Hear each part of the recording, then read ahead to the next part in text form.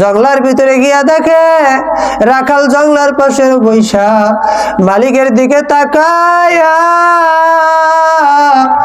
আল্লাহকে ডাকে, আরো জোর ধরাই কান্না করে আর বলে, মাবুদ রে, তোমাকে বুঝে আমি পাইলাম না।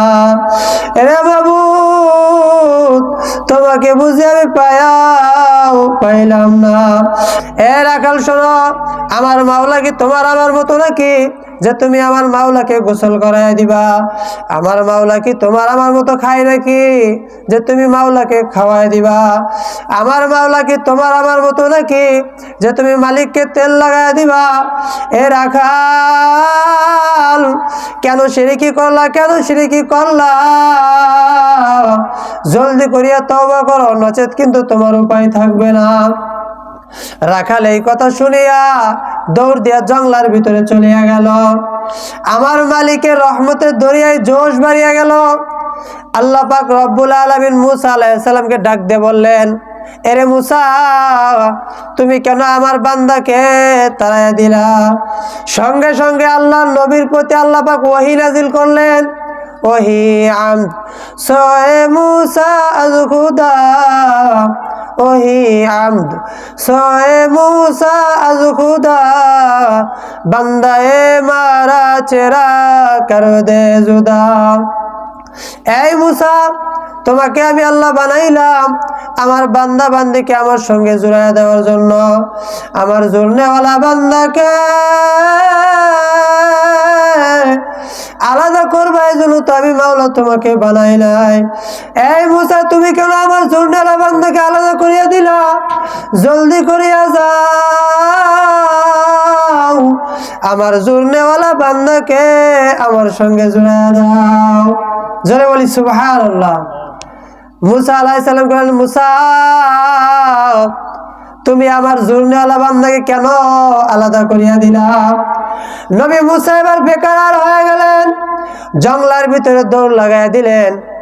আরে কোথায় পাবো রাখাল? জঙ্গলার ভিতরে গিয়া দেখে রাখাল জঙ্গলার পাশের বৈশা মালিকের দিকে তাকায়া আল্লাহকে ডাকে, আরো জোর ধরাই কান্না করে আর বলে, মাবুদ রে, তোমাকে বুঝে আমি পাইলাম না।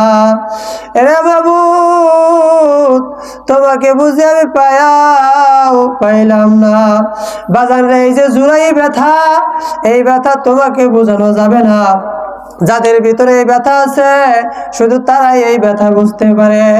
বাজান, চরমনার ময়দানে গিয়া দেখেন কত আল্লাহর বান্দারা খানা নাই, ঘুম নাই, আলো নাই, বাতাস নাই, কোনো কিছুর চিন্তা নাই।